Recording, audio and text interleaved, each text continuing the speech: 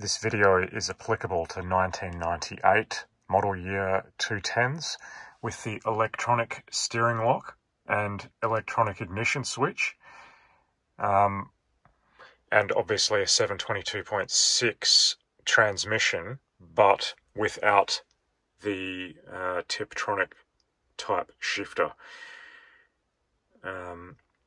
If you have a flat battery or some other malfunction, maybe even with the EIS, and you desperately need to get the car out of park, you are not going to do it from here. There's a lot of misinformation and, frankly, BS out there about sticking a pen in here. That does not apply to this version because there is nothing in there that's going to allow you to do that.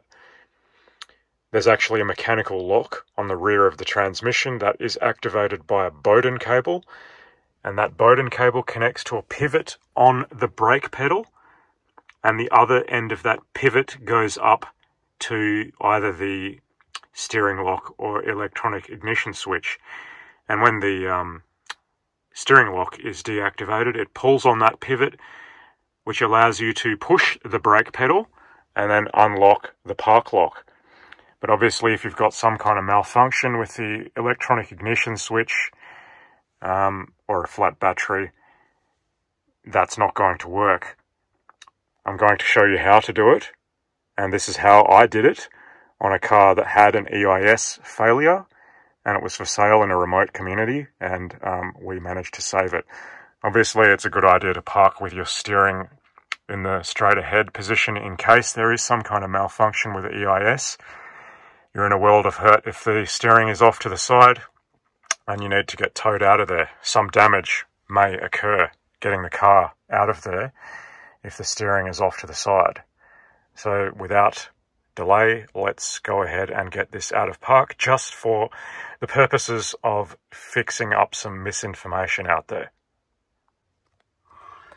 So here we are under the driver's side. And this is the parking lock cable that goes all the way down to the transmission. What you need to do is actually push it from here. It is not easy.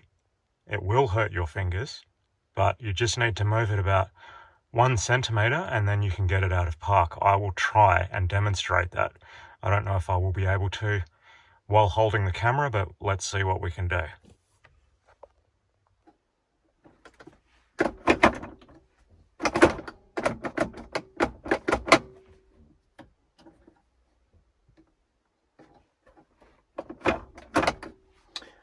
It's as easy as that.